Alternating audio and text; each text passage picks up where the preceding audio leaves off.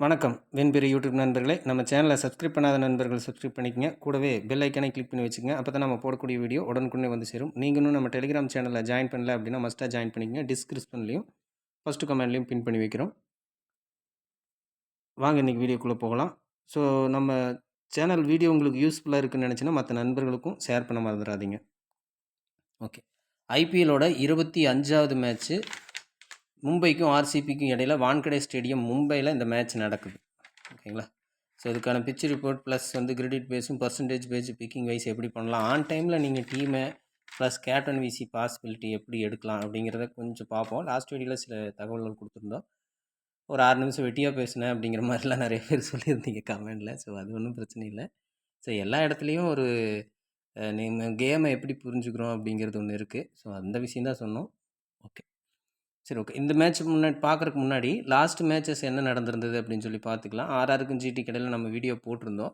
அதுக்கு முன்னாடி 2 match credit அமைப்பில் பெருசாக பிளேயர்ஸ் வந்து உட்காரல. 9 கிரெடிட்டை பொறுத்த வரைக்கும் பிளேயர்ஸே வரலை அப்படிங்கிறது ஒரு மேட்ச் இருந்துச்சு. அதுக்கு முன்னாடி மேட்ச் பார்த்திங்கன்னா 5ல் 2 பிளேயர் வந்திருந்தாங்க. அடுத்த மேட்ச்சு 2 பேரும் வரலாம், இல்லை ஒருத்தர் வரலான்னா 2 பேருமே வரல. ஸோ அந்த எஃபெக்ட் வந்து நீ அடுத்தடுத்து வரும் இல்லையா? ஸோ அப்போ வந்து இங்கே 4 பேர் இருந்த மேட்ச்சில் 3 பேர் வந்துட்டாங்க. போல்ட் மட்டும் மிஸ்ஸு. செகண்ட் இன்னிங்ஸ் பவுலிங் அப்படிங்கிறதுனால போல்ட் மிஸ் ஆகியிருந்தார். இது ஃபஸ்ட் இன்னிங்ஸ்னால் சகலுக்கு பொதுவாக போல்ட் வந்துட்டு சகல் மிஸ் ஆகிற மாதிரி இருந்திருக்கும். அவ்வளோதான். இது வந்து நார்மலாக நீங்கள் பேசிக்காக புரிதல்லாம் ஸ்விங் கிடைக்கக்கூடிய இடத்துல அந்த மாதிரியான இடங்களில் போல்ட் பர்வாசன் பண்ண முடியும். செகண்ட் இன்னிங்ஸ் போது கொஞ்சம் ஸ்விங் கம்மியாகுது, அதனால் கட் ஆகுறாரு. மிச்சம் இருக்கிற பிளேயரெல்லாம் எடுத்துகிட்டு போகலாம் அப்படிங்கிற மாதிரி. சரிங்களா? அவ்வளோதான். இது சின்ன விஷயம், அது புரிஞ்சுக்கிட்டிங்கன்னா போதும். ஓகே சார், அப்படியே இந்த மேட்ச்சுக்கு வந்துடலாம். ஓகே, ஃபஸ்ட்டு பிச் ரிப்போர்ட் இது பார்த்துக்கலாம். இந்த Wankhede stadium ground last match என்ன நடந்தது எல்லாமே சேர்த்து பார்த்துக்கலாம். டோட்டலாக இங்கே 113 டொமஸ்டிக் மேட்சஸ் நடந்திருக்குது. அதில் 51 பேட்டிங் ஃபஸ்ட்டு, 62 பேட்டிங் செகண்டு. ஆக்சுவலாக சேசிங் ப்ரிப்பரபிள் கிரவுண்டு தான். எவ்வளோ ஸ்கோர் அடித்தாலும் மிடில் எபிலிட்டியான பிளேயர் ஒரு 2 பேர் இருந்தாங்க அப்படின்னா அந்த டீமு ஜெயிக்க வாய்ப்பு இருக்கும். ஸோ இங்கே எவ்வளோ ஸ்கோர் வந்தாலுமே எபோவ் 200 போகாமல் ஒரு 190, 185 இந்த மாதிரி, இல்லை 210 வரைக்கும் கூட சேஸ் பண்ணக்கூடிய ஒரு கிரவுண்டு தான் அந்த கிரவுண்டு. இந்த மாதிரி தான் இது வரைக்கும் ஒரு 4-5 வருஷமாக பண்ணியிருக்கு. ஆனால் பட் ஒரு 220க்கு மேலே ஒரு ஸ்கோர் வச்சுட்டாங்க அப்படின்னா ரொம்ப கஷ்டம். ஸோ அது புரிஞ்சுக்கணும். ஆவரேஜ் ஸ்கோர் அப்படிங்கிறது இங்கே என்ன இருக்குன்னா 169 அப்படின்னு 170 ரேஞ்சு தான் ஆவரேஜ் இருக்குது. பட் இருந்தாலும் ரீசெண்டாக நல்ல ட்ராக் கொடுக்குறதுனால ஸ்கோர் நிறையா வருது. இந்தியாவோட பிச்சஸே மொத்தமாக ஒரு 2 வருஷத்துக்கு முன்னாடி இருந்ததுக்கு அப்படியே சேஞ்ச் ஆகிருக்குது. அதனால் பார்த்துக்குங்க, இப்படி தான் விக்கெட் விழுகாதா அப்படிங்கிறது மட்டும்தான் யோசிக்கணும். ஸ்கோர் பேஸில் கொஞ்சம் அதிகமாக வர வாய்ப்பு இருக்குது அப்படின்ட்டு. ஒரு சில கிரவுண்டுகள், லக்னோ மாதிரியான கிரவுண்டுகள் மட்டும் லோ ஸ்கோராக இருக்கிற மாதிரி இருக்கும் ட்ராக்கை பொறுத்து. ஓகே, ஸ்கோரிங் பேட்டர்ன் அப்படின்னு சொல்லி பார்த்தீங்கன்னா இதெல்லாமே டோட்டல் ரெக்கார்டு அப்படிங்கிறத இங்கே நீங்கள் புரிஞ்சுக்க வேண்டியதாக இருக்குது. இது வரைக்கும் இருந்த ரெக்கார்டு அப்படின்னு அப்போது ஒரு 4-5 வருஷமாக விளையாண்ட ரெக்கார்டு தான். ஸோ ரீசெண்டாக எந்த ப்ராசஸில் ஸ்கோர் வருது அப்படிங்கிறதையும் பார்த்துக்கணும். 150 பிலோவில் 27, 169 26, 70 89 வரைக்கும் 34, 190 எபோவா 26. ஓகே, ட்ராக்கை பார்த்துக்குங்க. மேக்ஸிமம் ட்ராக் கொடுக்குறது 170 எபோவ் வர்றதுக்கான வாய்ப்புள்ள ட்ராக் தான் கொடுக்குறாங்க. அப்போது இந்த லெவலில் ஸ்கோர் இருக்கும் அப்படிங்கிறது ஓகே. அப்போது நல்ல ஃப்ளாட் ட்ராக்கு அப்படிங்கிற மாதிரி இருந்துச்சுன்னா 190 எபோவ் அப்படிங்கிறது வாய்ப்பு இருக்கும். ஸோ இப்போ இந்த 2 ப்ராசஸ் அதிக வாய்ப்பு ஸ்கோர் வர்றதுக்கு. ஓகேங்களா? ஓகே,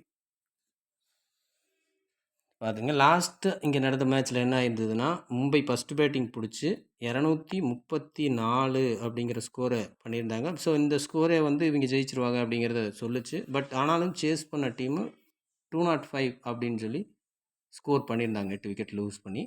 மேபி விக்கெட் லூஸ் ஆவோ அல்லது இன்னும் கொஞ்சம் அதிரடி ஆடி இருந்தாலும் டிசிக்குமே ஒரு வாய்ப்பு இருந்துச்சு. சரிங்களா? அதை புரிஞ்சுக்கலாம். நல்லா சேஸ் பண்ணக்கூடிய ஒரு ட்ராக் தான். சரிங்களா? சப்போஸ் ஸ்கோர் இப்போ ட்ராக் எப்படி இருக்குது அப்படிங்கிறது கொஞ்சம் நல்லா பார்த்துக்கணும். நல்லாவே பேட்டிங்க்கு ஃபேவராக இருந்தால் தான் ஃபஸ்ட்டு பேட்டிங் வின் பண்ண வாய்ப்பு இருக்கும். அதர்வைஸ் சேசிங் டீம் வின் பண்ண ஒரு வாய்ப்பு ஏற்பட்டுரும். ஓகேங்களா? ஓகே, இப்போ கிரெடிட் பேஸில் பார்த்துக்கலாம். 9 கிரெடிட்டை பொறுத்த வரைக்கும் விராட் கோலி, ரோஹித் சர்மா, சூரியகுமார் யாதவ் 3 பேரும் இருக்காங்க. ஸோ எப்படியும் ஒரு பிளேயர், மினிமம் ஒரு பிளேயர் கட்டாயம் ஆகணும் பேட்டிங்கை பொறுத்த வரைக்கும். 3 பேரும் மெயின் பிளேயர் தான் உங்களுக்கு. ஆனால் ஒரு பிளேயர் கட்டாக வருவாங்க கம்பல்சரி. சரி, இந்த மேட்ச்சுக்கு எவ்வளோ பேர் வரலாம் 4 பேர்த்துலேருந்து? திரும்பவும் 3 பேர் வர்றதுக்கும் ஒரு வாய்ப்பு இருக்குது. ஏன்னா தொடர்ச்சியாக ஒரு மேட்ச்சுக்கு மாறும். பட் லாஸ்ட்டாக வந்தீங்கன்னா 2 மேட்ச்சில் பெருசாக பிளேயர்ஸ் வரல அப்படிங்கிற நிலைமை இருந்துச்சு. ஸோ அப்படி இருக்கும்போது ஒரு 3 பிளேயர் அப்படிங்கிறக்கும் ஒரு சான்ஸ் இருக்கும். அல்லது 2 பிளேயர். இந்த 2 வாய்ப்பு தான் இதை பொறுத்த வரைக்கும். ஒரு ஆளாக குறையிறதுக்கான வாய்ப்பு ரொம்ப குறைவு. 2 பேர் இல்லைன்னா 3 பேர். நீங்கள் சேஃப் ஜோனில் யோசிச்சிங்கன்னா 3 பேர் கொண்டு போங்க. கொஞ்சம் ரிஸ்க் எடுக்கிறீங்கன்னா 2 பேர்த்துக்கு கொண்டு போகலாம். மெயினாக இது வரைக்கும் சொல்லலை, ஒரு வேளை தவறாக இருந்தாலும் அதை பெருசாக எடுத்துக்க வேணாம். ஸோ நம்ம சொன்ன அந்த மைண்ட் செட் அப்படியே உட்கார வச்சுருவீங்க அப்படிங்கிறக்காக பல நேரங்களில் நான் அந்த விஷயங்களை சொல்கிறதில்ல.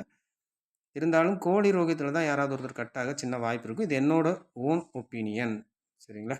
ஸோ அது இன்றைக்கி சொல்கிறோம். ஸோ நீங்கள் முயற்சி பண்ணி பாருங்கள். ஒரு வேளை இப்படி நடக்க ஒரு வாய்ப்பு அதிகம். ஏன்னா பர்சன்டேஜ் அடிப்படை வச்சு பார்த்தோம்னா இந்த 3 பேருமே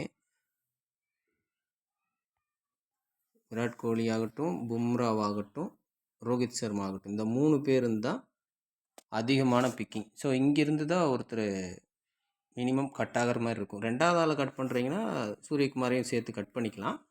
பட் முதல் ஆள் இந்த 3 பேர்லேருந்து ஒரு பிளேயரை கட் பண்ணணும். விராட் கோலி, ரோஹித், பும்ரா. சரிங்களா? ஸோ இது மட்டும் ஒரு ஹிண்ட்டாக இன்றைக்கி மேட்ச்சுக்கு கொடுக்குறேன், பார்த்துக்கோங்க. அடுத்து 8.5 பொறுத்த வரைக்கும் 1 or 2 அப்படிங்கிறத ஃபிட் பண்ணணும். ஏன்னா மொத்தமே 3 பேர் தான் இருக்காங்க. Pandya, Maxwell, du Plessis. 3 பேர் இருக்காங்க. ஒரு பிளேயர் அல்லது 2 பிளேயர். ஒருவேளை நீங்கள் அங்கே 3 பிளேயர் எடுத்துகிட்டு இங்கே ஒரு ஆளாக குறையறக்கான ஒரு வாய்ப்பும் இருக்கும். அல்லது அங்கே 2 பேர் மட்டும் எடுத்துட்டிங்கன்னா இங்கே 2 பேராக வர்றதுக்கும் ஒரு வாய்ப்பு இருக்கும். டோட்டலாக இந்த 2 ப்ராசஸ்லேயும் சேர்ந்து 4 பிளேயர்லேருந்து 5 பிளேயர் வரைக்கும் வரலாம். ஸோ அவ்வளோதான் சான்சஸ். மொத்தமாக 4, 3, 7 பேர்த்துலேருந்து 4 தான் மேக்ஸிமம் அதிகபட்ச சான்சஸ் இருக்கக்கூடிய இடமா பார்க்கலாம். ஓகே, இப்போ மெயின் பிளேயரை தான் கை வைக்கிற மாதிரி இருக்கும். லாஸ்ட் மேட்ச் பர்சன்டேஜ் அடிப்படையில் பார்த்துட்டிங்கன்னா கூட தொடர்ச்சியாக லோவாக குறைவாக பிளேயர்ஸ் வந்தாங்க. ஹை பிக்கில், லோ பிக்கில் அதிகமாக வந்துட்டு இருந்தாங்க. ஸோ அதுக்கான காம்ப்ளிமெண்ட் நேற்று மேட்சும் நடந்துச்சு. கிட்டத்தட்ட 7 பிளேயர் ஹை பிக்கில் இருந்தும் 4 பிளேயர் தான் லோ பிக்கில் இருந்து வந்தாங்க. லோ கிரெடிட்லேருந்து பிளேயர்ஸ் வர்றது வாய்ப்பு குறைவாக இருக்குன்னு சொன்னோம். அது மாதிரி வரல. ஆனால் புதுசாக வந்த குல்தீப் சென்னு மட்டும் உள்ளே வந்து வீசியாக வந்திருந்தார். ஸோ புதுசாக வர்ற பிளேயர்ஸ் அப்படிங்கும்போது அவங்க சிங்கிள் கிரெடிட் தனியாக இருக்கும் பட்சத்தில் நீங்கள் அவங்கள யூஸ் பண்ணிக்கலாம். சரிங்களா? அது மட்டும்தான் நியூ பிளேயர் அப்படிங்கிறதுல நம்ம கொடுத்த குரூப் பிளே கொடுத்த டீம்லேயும் குல்தீப் சென்னை மஸ்ட்டாக உள்ளே வச்சுருந்தோம். ஏன்னா இருந்த லோ கிரெடிட் பிளேயர்ஸ் யாரும் வரமாட்டாங்க அப்படிங்கிறது புரிஞ்சுது. பட் நியூவாக ஒரு பிளேயர் வர்றதுனால அவர் அங்கே எடுத்திருந்தோம். ஸோ அதுவும் நடந்திருந்தது. ஸோ அப்படி நியூவாக வரும்போதும் அதை கொஞ்சம் மைண்டில் வச்சுக்கணும். ஓகே, இப்போ பர்சன்டேஜ் வீதம் பார்க்கலாம். மற்றபடி மற்ற பிளேயர்ஸ் எல்லாம் கீழே பார்த்துக்குங்க. இன்றைக்கி லோ கிரெடிட் பிளேயர்ஸ் வர வாய்ப்பு இருக்குமா அப்படின்னா இன்றைக்கி ஆக்சுவலாக டவுட்டு தான். ஏன்னா ஒரு டீமில் லோ கிரெடிட் பிளேயர்ஸே இல்லை. எம்ஐயில் பார்த்தீங்கன்னா 7 கிரெடிட்டுக்கு கீழே பிளேயர்ஸே இல்லை. மேபி ஏதாவது ஒரு சேஞ்சஸ் இருக்கலாம், அதுவும் பார்த்துக்குங்க. அப்படி வந்தால் வேணால் நீங்கள் அந்த பிளேயரை உள்ளே எடுத்துக்கலாம். ஸோ அவ்வளோதான். அது பிக் ஆர் நாட் சாய்ஸ் தான் வரும். ஸோ இப்போ லோ கிரெடிட்டில் கன்ஃபார்ம் வருவாங்களான்னா அவ்வளோ கான்ஃபிடென்ட் கிடையாது. மொத்தம் 7 கிரெடிட்டையும் சேர்த்து எடுத்தீங்க அப்படின்னா வேணால் ஏதாவது ஒரு பிளேயரை நீங்கள் உள்ளே வச்சு பார்க்கலாம். ஸோ அப்படி பார்க்கும்போது 7 கிரெடிட்டில் படிதர், யாஸ் தயால். ஸோ அது வேணால் காட்டிடலாம் சின்னதாக. Patidar, Yash Dayal, M Dagar, H Sharma. So இந்த ஹெச் சர்மா திரும்ப உள்ளே வருவாரா இல்லை இவரை கொண்டு வராமே இருந்துட்டாங்கன்னா ஸோ இதெல்லாம் மாறும். ஸோ அதனால தான் இது கொஞ்சம் கவனமாக பார்த்துக்குங்க. சவுகான் 5 பேர் இருக்காங்க. பட் 5 பேரில் இப்போ ஹெச் சர்மா இம்பேக்டாக லாஸ்ட் மேட்ச் கொண்டாந்தாங்க. இந்த மேட்ச் கொண்டு வருவாங்களா அப்படிங்கிறதே டவுட்டு. ஸோ அதனால் அந்த விஷயத்தையெல்லாம் பார்க்கணும். ஏதாவது ஒரு பிளேயர் மட்டும் ட்ரை பண்ணலாம். ஓகேங்களா? ஓகே, இப்போ பர்சன்டேஜ் அடிப்படையில் பார்த்துக்குவோம். 75 எபோ அப்படிங்கிற இடத்துல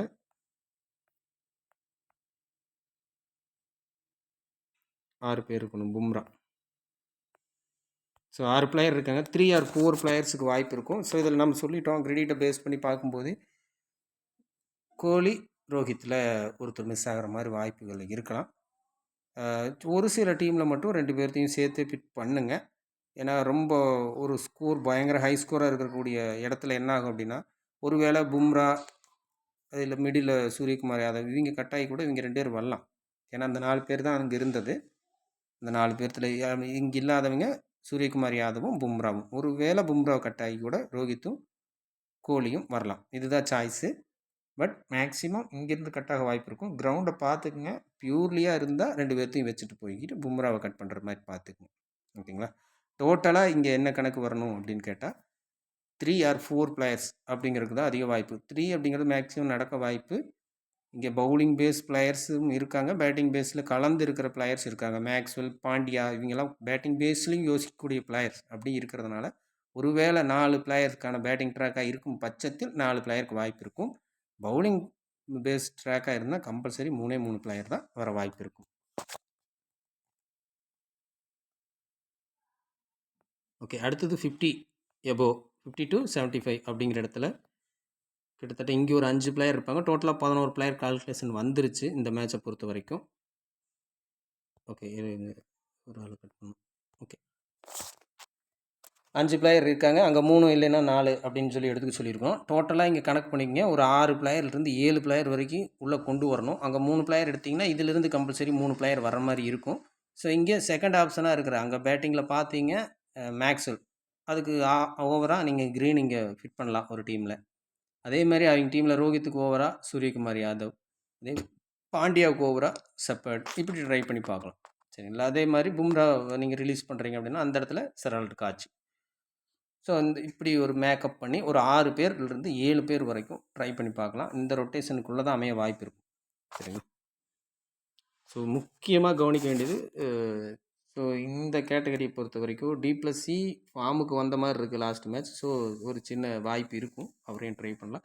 அதே போல் தான் க்ரீனும் தொடர்ச்சியாக பர்ஃபார்மன்ஸ் இல்லை அப்படிங்கிற இடத்துல செப்பர்டு பவுலிங் பேஸ் இல்லை, பேட்டிங் பேஸில் லாஸ்ட் மேட்ச் ஒரு எபிலிட்டி கொடுத்துருந்தாரு.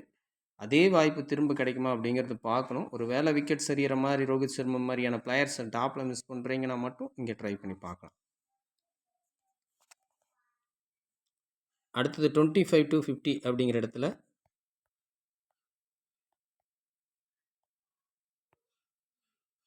சிராஜ், ராப்லி, தினேஷ் கார்த்திக், திலக் வர்மா மிஸ் பண்ணிட்டோமா, எடுத்துட்டோம். ஸோ ஒரு 4 பிளேயர் இருக்காங்க. ஸோ இது சிங்கிளாக திலக் வர்மா இருக்கார். ஒரு சில டீமில் ட்ரை பண்ணுங்கள். ஸோ இது பர்சன்டேஜ் மாறுதான் அப்படிங்கிறதையும் கொஞ்சம் செக் பண்ணிங்க. இந்த கேட்டகரிக்கு வேறு ஏதாவது பிளேயர் வர்றாங்களா? ஒரு வேளை இல்லை திலக் மட்டும்தான் இருக்காருன்னா கொஞ்சம் இந்த மேட்ச்சுக்கு ட்ரை பண்ணி பார்க்க வேண்டிய ஒரு பிளேயராக இருக்க வாய்ப்பு இருக்குது. ஸோ இப்போ 2 பிளேயர் வரைக்கும் இங்கே ட்ரை பண்ணலாம். ஓகேங்களா? இப்போ சிராஜ் டாப்லில் ஏதாவது ஒரு பிளேயருக்கான வாய்ப்பு இருக்கலாம். ட்ரை பண்ணி பார்த்துக்குங்க. இப்போ டீமில் கிரெடிட் பேஸ் பண்ணி பார்த்தீங்கன்னாலும் முகமது சிராஜ் சிங்கிளாக இருப்பார். லாஸ்ட் மேட்சஸ் எல்லாம் கொஞ்சம் செக் பண்ணுங்கள். நான் எல்லா விஷயத்தையும் சொல்கிறத விட சிங்கிளாக இருந்த பிளேயர்ஸ் லாஸ்ட் மேட்ச் வந்திருந்தாங்களா அப்படிங்கிறத பாருங்கள் கிரெடிட் பேஸில். ஸோ தொடர்ச்சியாக ஒரு 2-3 மேட்ச் வந்துட்டு இருந்தால் ஒரு ஆள் மிஸ் ஆகிற மாதிரி வாய்ப்பு இருக்கும். ஆவேஸ் கான் சிங்கிளாக இருந்தார், உள்ளே வந்திருந்தார். அதே மாதிரி சாய் சுதர்சன் சிங்கிளாக இருந்திருந்தார், உள்ளே வந்திருந்தார். மோஹித் சர்மா சிங்கிளாக இருந்து வரல லாஸ்ட் மேட்ச்சு.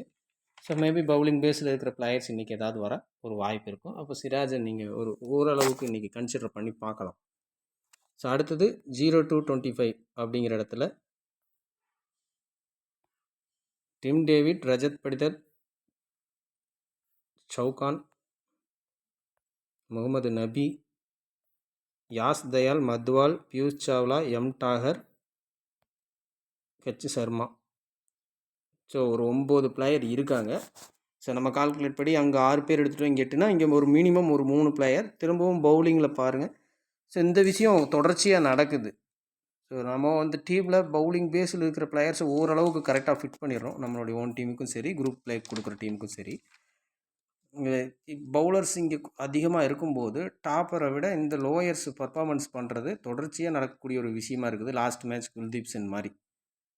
அப்போது இங்கே இருக்கிற பவுலர்ஸில் ஒரு 2 பவுலர்ஸ் வரைக்கும் ட்ரை பண்ணலாம். பேட்டிங்கில் கம்பல்சரி ஒரு பிளேயர் வந்துடுறாங்க. இது மாறாமல் நடந்துட்டு தான் இருக்குது. ஸோ இந்த விஷயத்தை மட்டும் விட்டுறாதீங்க. இதுதான் ஜிஎல்லுக்கு உங்களுக்கு வாய்ப்பை ஏற்படுத்தி தரும். ஓகேங்களா? First innings or second innings அது ப்ராப்ளம் இல்லை. ஸோ அவங்க கரெக்டாக அந்த பர்சன்டேஜ் பேஸில் உங்களுக்கு உள்ளே வர்ற மாதிரி அமைப்பு இருந்துச்சுன்னா அவங்கள ஃபிட் பண்ணிக்கலாம். சரிங்களா? பர்சன்டேஜ் பேஸில் அப்படிங்கிறது ஒரு 30% to 40% ஆன் டைமே முடியும் போது பார்க்கணும். சரிங்களா? அந்த இடத்துல இருக்கிறவங்க ஃபஸ்ட் இன்னிங்ஸ் பவுலிங்கில் ஓரளவுக்குள்ளே வர வாய்ப்பு ஏற்படுது. அதே மாதிரி 20 to 30 அல்லது 40 to 50 அந்த ரேஞ்சுக்குள்ளே செகண்ட் இன்னிங்ஸ் பவுலர்ஸ் உள்ள வர மாதிரி வாய்ப்பு இருக்குது. இது கன்ஃபார்மாக நடக்கணும் அப்படிங்கிற விஷயம் இல்லை. பட் ஒரு வாய்ப்பு அதிகமாக இருக்குது இந்த மாதிரி இடங்களில் இருக்கிற பிளேயர்ஸுக்கு. ஸோ அந்த மாதிரி பிளேயர்ஸ் இருந்தாங்க அப்படின்னா ட்ரை பண்ணி பார்க்கலாம். இப்போதைக்கு இவங்க எல்லாமே 0 to 25 தான். பட் ஆன் டைமில் சின்னதாக மாற்றம் அடைய வாய்ப்பு இருக்குது. ஃபஸ்ட்டு பவுல் பண்ணுறாங்க அப்படின்னா அதை பொறுத்து அவங்க ஃபிட் பண்ண பார்ப்பாங்க. லெவலில் இல்லாமல் இம்பேக்டில் இருக்கிற பிளேயர்ஸ் லெவலுக்குள்ளே டைரெக்டாக வரும்போது ஓரளவுக்கு பிக்கிங்கில் அதிகமாக வாய்ப்பு இருக்கும். அதே மாதிரி லெவலில் இருப்பாங்க, ஆனால் இம்பேக்டில் மாற்றுறாங்க செகண்ட் இன்னிங்ஸ் பவுலிங்னால. அப்படிங்கும்போது 50க்கு மேலே இருக்கிற பிளேயர் கூட ஒரு 40, 45 அப்படின்னு குறைய வாய்ப்பு இருக்கும். அந்த மாதிரி பிளேயர்ஸ் எல்லாம் பர்ஃபார்மன்ஸ் பண்ணுறாங்க. ஸோ அந்த வகையில் அதை கொஞ்சம் யூஸ் பண்ணி பாருங்கள். இப்போ இதுக்கெல்லாம் என்ன தேவை? புரிதல் தானே தேவை. ஸோ அதுதான் நம்ம லாஸ்ட் மேட்ச்சில் சொல்லியிருந்த வீடியோவில். ஓகே, ஸோ இப்படி எடுத்துக்கங்க. இதில் மினிமம் 3 பிளேயருக்கான வாய்ப்பு கம்பல்சரி இருக்கும். பேட்டிங் பேஸில் டிம் டேவிட், படிதர், சவுகான், நபி இதில் ஏதாவது ஒரு பிளேயருக்கு ஒரு வாய்ப்பு இருக்கலாம். சரிங்களா? ஓகே, இப்போ டாப் கேப்டன், டாப் விசி நம்ம எடுத்து வச்சுருக்கோம். நீங்களுமே செக் பண்ணிக்கோங்க. ஓகே, இன்றைக்கி டாப் கேப்டன் வந்து விராட் கோலி, டாப் விசி ரோஹித் சர்மா. 2 டாப் பேட்டர் தான் இருக்காங்க. ஸோ இதில் 2ல் 1 தான் நம்ம சொன்னோம். ஸோ அதுக்கான வாய்ப்பு தான் அதிகம். ஏதாவது ஒரு பிளேயரை மிஸ் பண்ணி போகிறது பெட்டரான ஆப்ஷன். ஸோ இன்னொன்று, பர்ஃபார்மன்ஸ் பேஸில் இப்போ லாஸ்ட் மேட்ச் பார்த்தீங்கன்னா கில்லு தான் டாப் கேப்டன், டாப் விசி அப்படி இருந்தார். அவர் வந்து கேப்டனாக கூட நம்ம ஒரு சிலர் யூஸ் பண்ணீங்க. பட் ஆனால் அவர்கிட்ட பாயிண்ட் வரலாம், கேப்டனாக வர்ற அளவுக்கு இருக்காது அப்படிங்கிறதையும் கொஞ்சம் புரிஞ்சுக்குங்க. அதை தாண்டி ஏதாவது ஒரு பிளேயர் பாயிண்ட் எடுப்பாங்க. ஒருவேளை உங்களுக்கு மற்ற கேப்டன் ஆப்ஷனே கிடைக்கல அப்படிங்கிற பட்சத்தில் இந்த 2ல் ஏதாவது ஒரு பிளேயரை ஃபிட் பண்ணி நீங்கள் கொடுத்துக்கலாம், உங்களுக்கு பாயிண்ட் பேஸில் வரணுன்னா. பட் ஜிஎலுக்கு அவங்க கேப்டனாக வரமாட்டாங்க அப்படிங்கிறது கன்ஃபார்மாக தெரியுது. ஸோ அதனால் வேறு ஏதாவது ரிஸ்க் எடுக்கிறீங்கன்னா வேறு பிளேயரை யூஸ் பண்ணி பாருங்கள். சரிங்களா? இப்போ ரோஹித் சர்மாவை விசி ரேஞ்சுக்கு யூஸ் பண்ணல, அவருக்கு கேப்டன் வாய்ப்பு இருக்குமா அப்படின்னா ஆன் டைமில் மேபி கேப்டன் விசி சேஞ்ச் ஆனால் தான் வாய்ப்பு இருக்கும். ஸோ இந்த விஷயம் பார்த்துக்கலாம். ஸோ இங்கே கேப்டன் இருக்குது, அப்போ மேக்ஸிமம் பாசிபிலிட்டி பேட்டிங்கை சார்ந்த பிளேயர்ஸ் அப்படிங்கிறதுக்கு கேப்டன் யூஸ் பண்ணலாம். ட்ராக்கை மட்டும் கன்சிடர் பண்ணிக்கணும். ஒருவேளை நல்லா விக்கெட் போகிற பவுலிங் ட்ராக்காக இருந்துச்சுன்னா டைரெக்டாக பவுலிங் வந்துடுங்க. ஆல்ரவுண்டர் கேட்டகரி அது மாதிரி யோசிக்க வேண்டியதில்லை. ஆனால் பேட்டிங் பேஸ்லினா இனிஷியலாக வர்றாங்க பேட்டர்ஸ் அப்படின்னா இப்போ க்ரீனு, மேக்ஸ்வெல்லு, அதே மாதிரி இந்த பக்கம் பாண்டியா, இவங்கெல்லாம் இனிஷியலாகவே பேட்டிங்க்கு வர்றாங்க. ஸோ அவங்களையும் கன்சிடர் பண்ணிக்கணும். ஓகேங்களா? ரொம்ப ஹைப்பு பிக்காக இருக்கிறவங்க கேப்டனாக வர்றதில்ல, அதையும் கொஞ்சம் கன்சிடர் பண்ணி மீடியம் ரேஞ்ச் பிக்குகளை யூஸ் பண்ணி பாருங்கள், வெற்றி பெற வாய்ப்பு இருக்கும். ஓகே ஃப்ரெண்ட்ஸ், மீண்டும் அடுத்த வீடியோவில் சந்திப்போம். அடுத்த வீடியோ இன்னும் ஒரு சின்ன சின்ன விஷயங்களை ஆட் பண்ணுறேன். நன்றி, வணக்கம்.